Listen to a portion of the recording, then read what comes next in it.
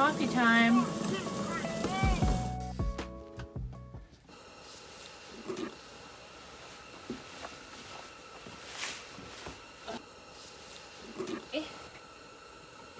I was judged, and I didn't expect it. I mean, when I'm visiting my daughter and I park, outside her place, I do kind of expect it. I expect to be judged.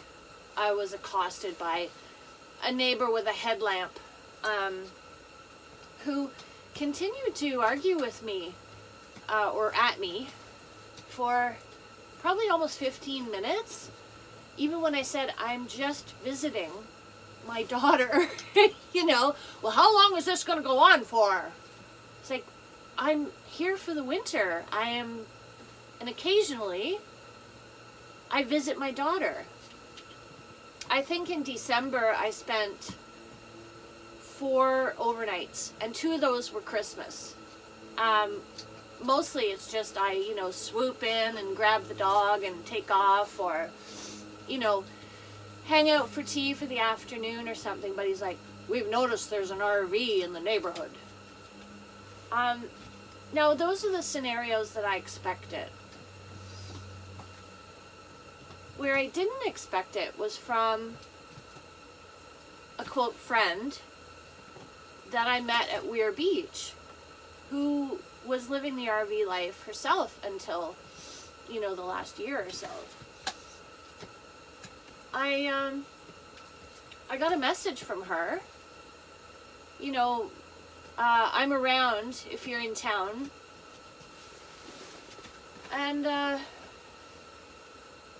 when I actually gave her a call last night because I was in her, in her area, she said that I don't have it in me to be supportive to you right now.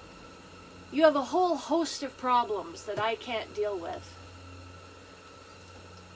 How did you end up like this? And I said, well, I did choose this lifestyle. And she goes, that's exactly it.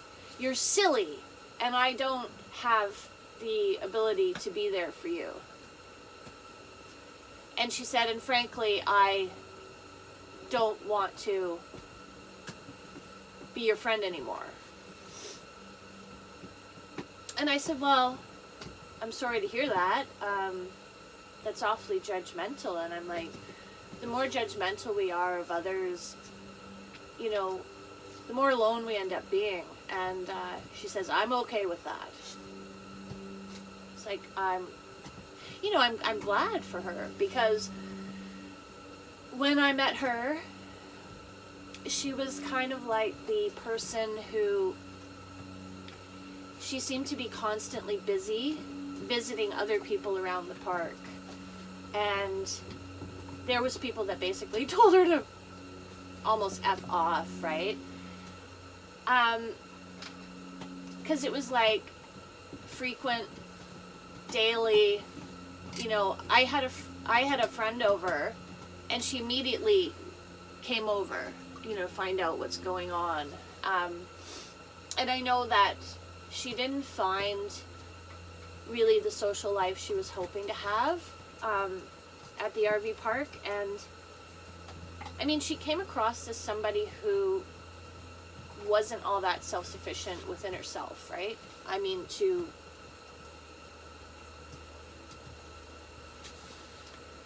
she ended up moving to an RV park that was a lot more remote. And in advance, I was thinking, oh my God,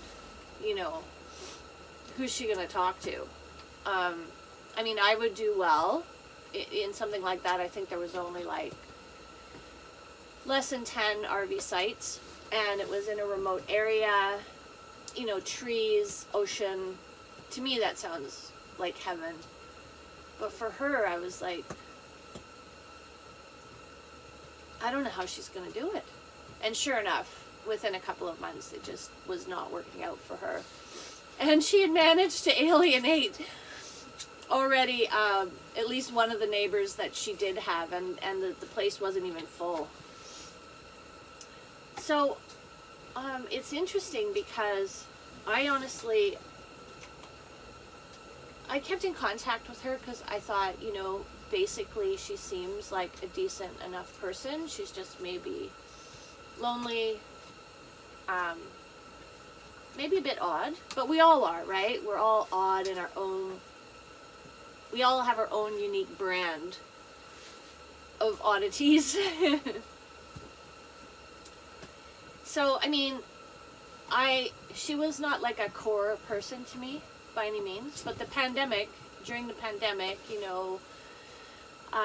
I actually did, quote, lose people that were core to me. My daughter used an interesting term, though, the other day. She said, I'm not viewing it as a loss. I'm viewing it as I'm shedding that person. Yeah, you're shedding the burden. And I can honestly say that I won't miss her in my life because we never really got close. But she was somebody that I would visit, if I was out and about. A couple of times. Like, I even visited her in that remote spot. I was like, oh, so curious to check it out. We hung out, we had a couple of drinks.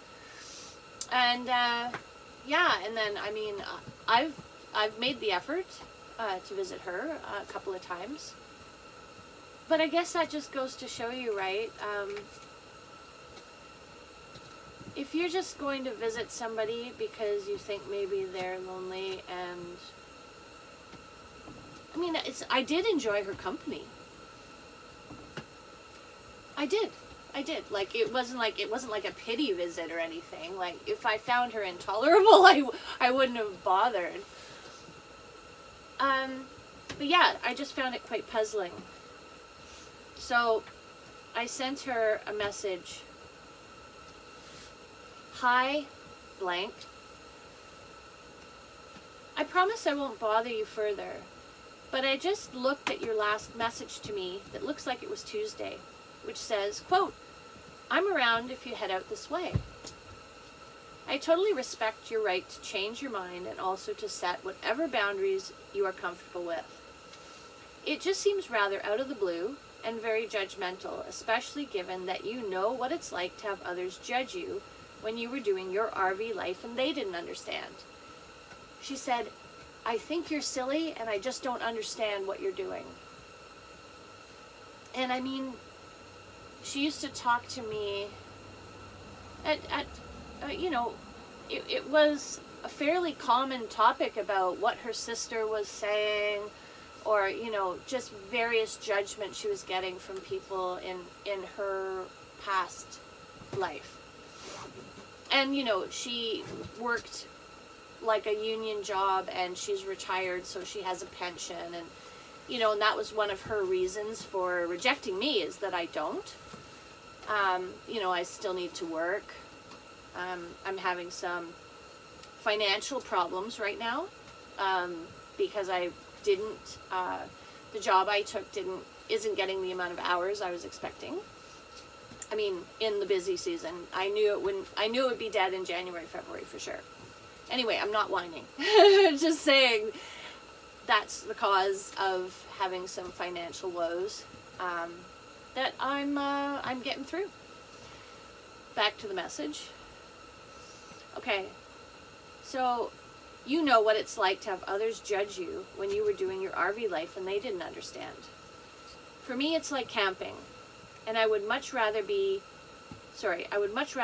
like this than be scrambling to pay high rent that people are paying these days. I love being able to go and visit friends and then park nearby their place or at their place. In fact, I have a friend who said I could stay indefinitely on her property. However, with my work being in Victoria, the commute just didn't make sense, and also it was very awkward getting in and out of her place. Far too awkward for daily. I guess what also puzzles me is that I've never asked you for your support or your help, other than asking you if you knew a good RV repair shop, etc. I was going to ask you tonight if you knew about a good dog walking park in the area. Because the brutal temperatures, I did not take the girls out on a decent walk until I could get myself some snow pants, which I now have, courtesy of the Fields store here. Smiley face. I'm sorry that you've had a string of bad luck with health and a few other obstacles in the past couple of years. I've really felt that you didn't deserve that. I felt really bad for her. She went south, car trouble, you know, stranded, one thing after another. And then some health issues. I remember your adventurous spirit from when we were living at Weirs Beach. I came out here with the last of my savings because there's not a lot of decent job opportunities in Ontario beyond the minimum wage. Whereas out here, there's lots of different opportunities. And I was hired at the liquor store, and it's going very well, at 3 different stores, and all of the management are extremely supportive and encouraging to me to try and get through the rough patch of being on call in the first few months. Beyond that, there's some other jobs that I'm looking at in the meantime until the hours can pick up at the liquor store. It's a great work environment, and I can honestly say it's been overall the most positive work environment I've ever been in. And when I say that, I mean that I've been in workplaces where there's 1 or 2 awesome people. But from what I can tell working with this crew, even at all the different stores, is that there is way above average number of people that are really great to work with, really great team players, just really overall positive, really all like live and let live types. Back to the message. Rejection is always hurtful, because I was hurt. But I think for me, it was a knee-jerk reaction, because the more that this conversation sinks in, the more baffled I really am. But that's not a problem for you to solve. I can certainly live with being baffled. Anyway, I hope that things improve for you, and I'm sorry that my lifestyle has caused some kind of brain freeze on your end that was too much to deal with. At the end of the day, I'm having some financial problems. Everyone they hired worked out, and I guess that's usually not the case. So they overhired. So I was only getting about 10 hours a week. Oh well. I'll get through it. I'll survive, and most days I'm actually really enjoying myself, including the severe weather from last night and today. It's kind of exciting, and I feel like I'm camping in some sort of glamorous little hut. I guess I love the camping lifestyle. You don't have to understand it, and I wish it hadn't caused you distress. But I guess me just being me is not everyone's cup of tea. Smiley face, all the best. So, one thing she brought up was, you know, that when she faced certain disaster, she had money.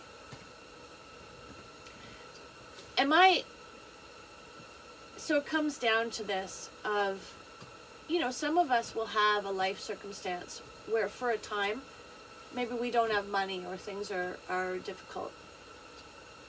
Is that a reason to, you know, reject a person? I guess for some people it is. I just didn't expect that from somebody who was recently an RVer herself. And again, she would have been an RVer by choice, and I definitely started out that way.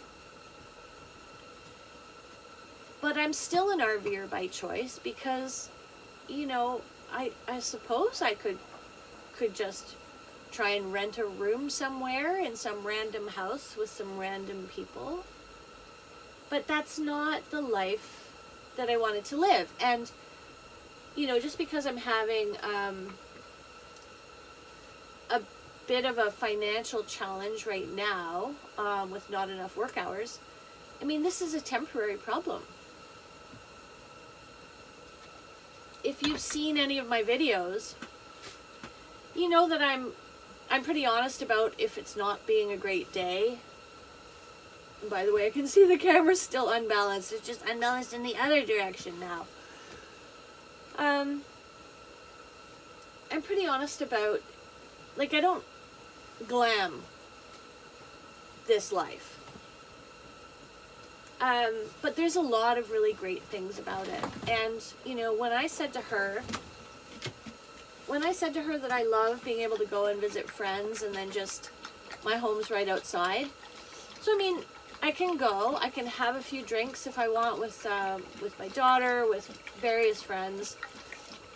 And then I'm not driving. I'm home. You know? So I think it allows me to visit with people more than the average person maybe can. Just that, having that mobility. And yeah, I saw a video this morning on cheap RV living, so Bob's channel, this woman who had converted a school bus, and she says, this is the most amazing fort that I've ever built. And it's so cool that she used that vocabulary, because that's exactly the feeling that I came to this past summer to explain why I love camping in my van, why I love my little 8x12 off-grid cabin so much, why I love the RV so much. It's like, it does somehow connect to some joy and creativity of childhood, where it's like, I'm camping, I have a fort. That's exactly how I feel about it. It's like, I mean, yeah, there's some unglamorous moments for sure.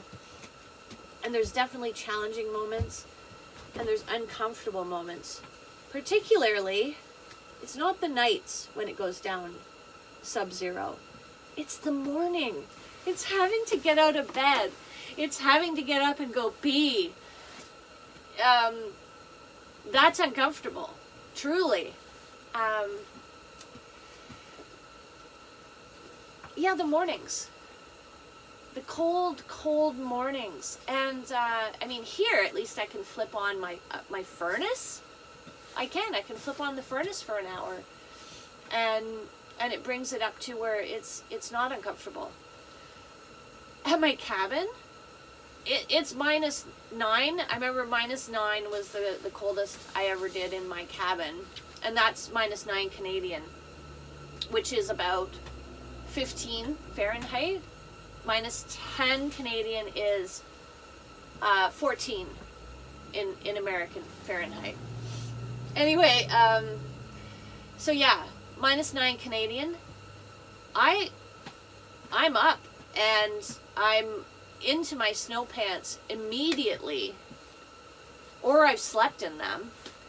I've got my camping slippers on, and the first thing I'm doing is flipping on my Mr. Buddy propane heater just to and then I start getting a fire going in my little camping wood stove. It's a little G stove, about, you know, it's about yay wide like this, and you know, about 16 inches long, and it's not adequate to heat for a Canadian winter, but it certainly takes the edge off. And there's days when I've been able to get the cabin up to, you know, 16 Canadian. What would that be, like 58 or something? I don't know. That just came out of my head. Anyway, so, I mean, I'm not sad to lose her as a quote friend. I refer to her more as an acquaintance. I'm not sad, but I was hurt. And I think because, you know, again, being on the receiving end of that kind of treatment, it did cause me to question just my place in society. I know why I made this choice. And I know why I've made all the choices that I've ended up making. And not all of them are good reasons, you know. Like I would say, burnout in my former career caused me to look for a way out of all of this rat race system. So that was not being burnt out is not a healthy state, and therefore to look for a way to solve burnout is, you know, that's not the best place to be coming from to make these kind of choices. But it wasn't a flip overnight choice. It was something I contemplated for a couple of years. 2 to 3 years. And I was just becoming more and more tired, you know, with carrying this overhead of this house.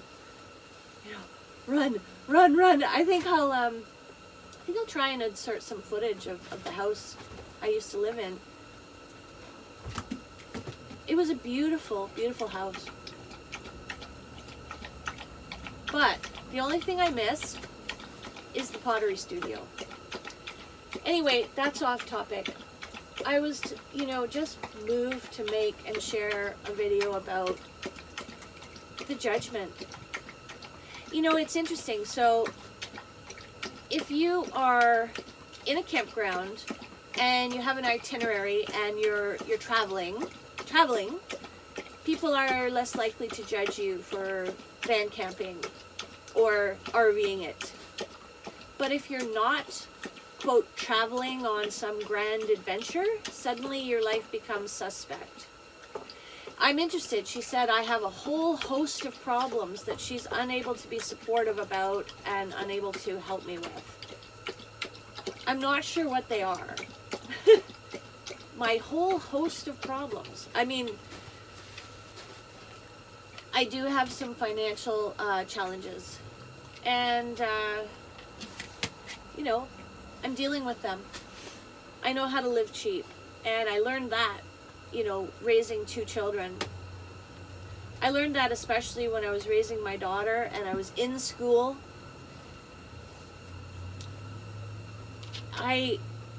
That was probably the longest lasting, most difficult financial time of my entire life. Was when I had my daughter after my first year of school, and I was pushing through to try and keep in school on an extremely limited income. Yeah, this is nothing compared to that. Yeah, so I know how to stretch a dollar, that's for sure. And I don't want to ramble on, but I just thought it was interesting, you know, like, you can call me homeless because I don't have a fixed address that I sleep at. So if you have a fixed address where you sleep, you're not homeless. But if you're living in an RV, you're homeless. Unless, of course, you're traveling and then you're not homeless. You're on an adventure. So it's all in the head. And it's how we construct these ideas in our head. And I guess I've always been somewhat interested and fascinated by how we construct things in our head. Because it totally dictates our experience. I mean, if I was to be like, oh, I'm homeless, oh, I'm homeless, oh. I know I'm at risk. Don't get me wrong, but I don't choose to focus on that. I construct it as like, I'm camping. And most of my days are really, really positive. My work experience has been positive. My dog walking, I mean, I've been walking so much now that I can inadvertently go 11 kilometers in a day and be like, oh wow, I'm not even sore. I'm not even tired, you know. So there's a lot that is good about all of this. And yeah, I am living significantly better than if I was paying $1,000 a month for a room in some house with some random people that might be great, but most likely, honestly, most people are not great to live with. It's really hard, really, really hard to find people that you're compatible to live with. And I think the living together, the day-to-day, the nitty-gritty of living alongside another person, that's what I think ends most marriages. It's not that you didn't like the person, but you don't like living with that person. I mean, the true test of compatibility, living together is one thing. Travel. Try traveling together, where moment to moment, everyone's mood and decision can be impacting the other person. and also their need to plan things with you all the time, or maybe you're like somebody who needs to plan things together. You want to do dinner tomorrow night? I want to go on this hike tomorrow. Do you feel like joining me? No? Okay, cool. You know, so I mean, some people are what I would call the more needy traveler, where everything has to be about the other person and you have to do everything together. And because of the fact that we don't always want the same things at the same time, I just think it's a bad idea. I know it's a bad idea for me. I hated going on bus tours because it's like you're stuck for 8, 9 hours or 10 hours on this bus. And if you're tired, well, too bad, you can't leave. They decide to go on this side trip and you got to go to the bathroom. Oh, well, too bad. You know, you got to wait till whenever and everybody gets off the bus. They decide to stop at this roadside hut for burritos, and you are intolerant to beans and gluten. Well, too bad for you, right? So I've never been the tour bus mentality, and I have had friends suggest going on a trip together, and I've known it would just be a bad idea, and I've been like, oh yeah, well, sounds nice, but I don't think I can, really do that. And it's because they're one of those people that needs to do things always together with whoever they happen to be with, and aren't good at planning together and then planning and just sort of comfortable to do their own thing. So anyway, I got really, really off topic. So, but in the end of the day, I suppose it relates. That compatibility with other people on a day-to-day, moment-to-moment is a rare thing, and that's why it's not worth it to me to scramble up $1,000 a month to put myself in a situation with random people that I maybe don't want to live with. Anyway, thanks for watching, and it's supposed to get less freezing. I'm not going to say it's warming up, because if it's sub-zero, it's freezing. But it's supposed to get less freezing by tonight, where it's a few degrees less freezing by tonight. And I think, let's see, what does it say for tomorrow?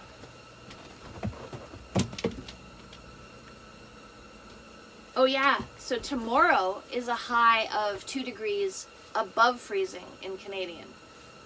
And I think with the Canadian, the American thing, I just refer to the freezing point a lot, because, the freezing point for Americans is 32, and for Canadians it's 0.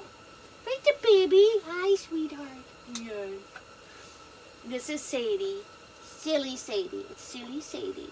And she probably wants to go for her walk. So anyway, I will be signing off. It is -7 right now. What is -7 in Fahrenheit? What would you like to convert into degrees Fahrenheit? What is -7 Celsius in Fahrenheit? It's 19.4 degrees Fahrenheit. 19.4. And we're going to be going for a walk by the ocean. But at least now I got some snow pants. So I should make another video about that. A young lady asked me, "Are you living in your vehicle?" Yes. She goes, I'm thinking of doing the same thing, but like I'm wondering about tricks of how to keep warm. So there's another video coming. It'll be my top tricks that I've used to keep warm while living or camping in a vehicle. Bye for now. Oh yeah, and I'll reiterate something that my dad once said. He said, "Cutie, never judge a man until you've walked a mile in his shoes." We all, no matter if you disagree with where we happen to be right now, everybody had a whole series of life events, you know, that led them to where they are now. And you can be curious about that and interested about that. Look at that person as a whole new world. Or you can, you know, decide to be judgmental and hateful, I guess. And I can tell you, though, the people that are open-minded and open-hearted, they live better lives into their later years, you know. People that are bitter, well, there you go, bitter. It's not a great taste. It's not a great look, and it's not a great experience. So, there you have it. Bye for now. I'm really going this time. This is atypical for our morning walks in Victoria, BC.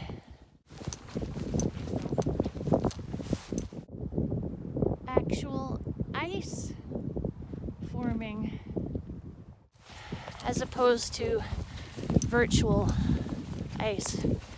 It's actual ice. And another little tidbit on judgment. It's like who you are in other people's eyes and how you're doing totally depends on those other person and their eyes and their worldview. Now, personally, I'm always seeking to have a better worldview, a more positive one, a more helpful one, a more constructive one. Like, for example, 2 days ago, I was told, "You're like the best dog mom that I know." And another fellow said, "Your dogs are so well trained." You know, because they come back and they're pretty nice and whatever, and, you know, a lot of that's their own nature. And then, you know, a few weeks ago, I was told, "You just shouldn't have dogs," by, again, someone who is a friend of mine. And again, it's because I've hit some financial rough times. But is that... My kids would never have been born. You know? Is it okay to be that judgmental about who should be born? You gotta be rich? A lot of people have struggled. The thing is, there's always going to be someone richer, always someone who's more organized, who's better prepared for whatever it is. Is that how we want to measure our value? Is that how we want to measure our right to have a dog, have a cat, have a family? How much money you have? Well, I mean, a lot of people's money, their children are raised by nannies. So, like, do you see what I'm saying? See where I'm going with that?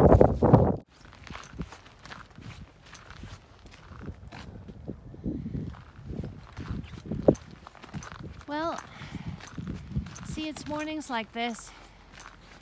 It's cold, but it's just beautiful being by the sea, walking with the girls. I don't know, I feel grateful to have whatever set of problems is that I seem to have. I mean, isn't life always problems? You can, well, there's the sky, see? Oh, so nice. Sunrise, woo! Anyway, isn't that kind of what life is about, is choosing your set of problems, and can you live with your set of problems? And of course, I did take a risk in packing up and coming out here and looking for a better opportunity, you know, of a longer term path. But again, like, there's benefits to not taking risks, and there's costs to not taking risks. So, I mean, who's to say what's really better in the end? But if I had no sense of taking risks. I mean, neither of my kids would have been born, quite frankly. Always waiting to be ready, everything to be perfect, all the stars to line up and all the ducks to be in a row. At least for most of us, life's not like that. Or I mean, I've met people where their young life was like that, but you can't escape, the reality that eventually somebody's going to die on you. Eventually, you're maybe going to have a health problem. And if you've never had to deal with much adversity because you've always taken the safe route and everything's always basically worked out for you, like you were popular, and eventually it's going to get you.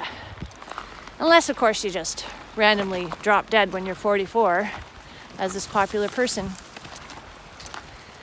But then that's kind of sad too, ain't it?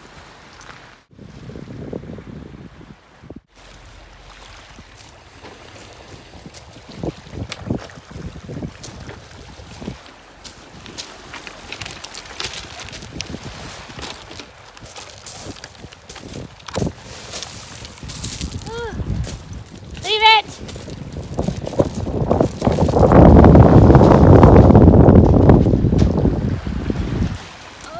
I'm going to see if I can finish a coherent thought without having to yell at the dogs.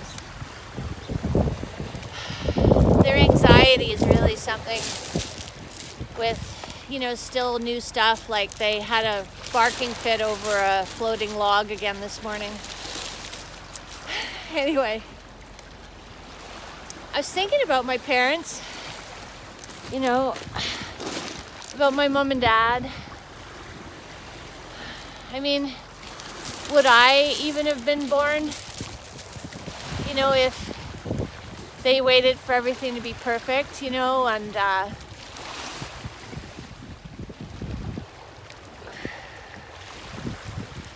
also, they moved into a neighborhood where they didn't really belong. They were reaching for more, as a lot of humans do. But I think they were reaching for more in terms of keeping up with the Joneses. So I really knew what it was like to grow up in a neighborhood where I really didn't belong, because we didn't have the money, right? Nor the stability. And of course, so we ended up in this, like I remember the station wagon with the wood paneling on the side, everything was so perfect. Or, of course nothing's ever perfect, but the vision, right, of the perfect, stable, nice neighborhood. We would have been better off in a working class neighborhood. My dad was somebody who was in sales, and he sold like pens and notepads with people's information on it, and my mom was a secretary.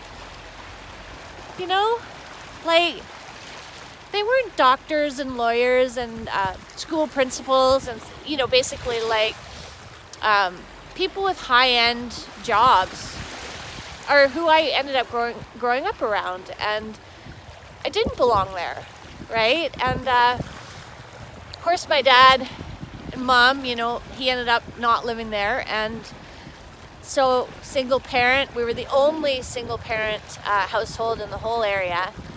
And my mom used to be obsessed about the neighbors. What will the neighbors think? What will the neighbors think if you wear that? What will the neighbors think if you do that? And I remember I hit around my, 13 or so, and I was like, Mom, the neighbors hate us anyway. They don't like us. We don't fit in. So why do we keep caring what the neighbors think, right? So that's when I was like, hey, I have license to do, say, and wear whatever I want, because there's no impact on my experience. The experience, me being, agreeable and nice and trying to fit in and all those things, it never worked. And I wasn't a mean kid. I was a pretty decent little kid. But I was weird. And maybe I would have been one of those weird artsy kids if I'd, been properly sort of, if the best of my qualities had been nurtured. But anyway, weird kid. it's like I can do whatever I want. And at least I have the freedom now to do whatever I want, because I don't have to worry about fitting in, because I already don't fit in. So I guess I stopped worrying about conformity when I was about 13, right? And I got through it with no friends. I survived growing up with no friends. And in a lot of ways, that's a gift. Well, the dogs have taken off and they're barking at something, so I'm gonna have to go find them. So in that neighborhood, I didn't belong. I was judged. I had a couple of friends, a girl who lived right behind me, Melanie, and Katie. I was so sad when Katie moved away. But they would not openly be my friend at school because of the social consequences, right? So I did have some companionship, but it was very conditional on the setting.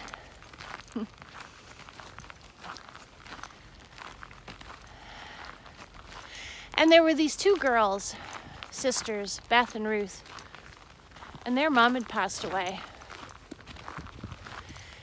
And it seemed to be either me getting picked on heavily or them. And I don't know why I was too dumb at the time to figure out I should really join forces with them, approach them. But instead, and this is something I'm very ashamed of, I would just take relief when it was them and not me that was the center of, what they'd now call bullying. That is one regret I have for sure.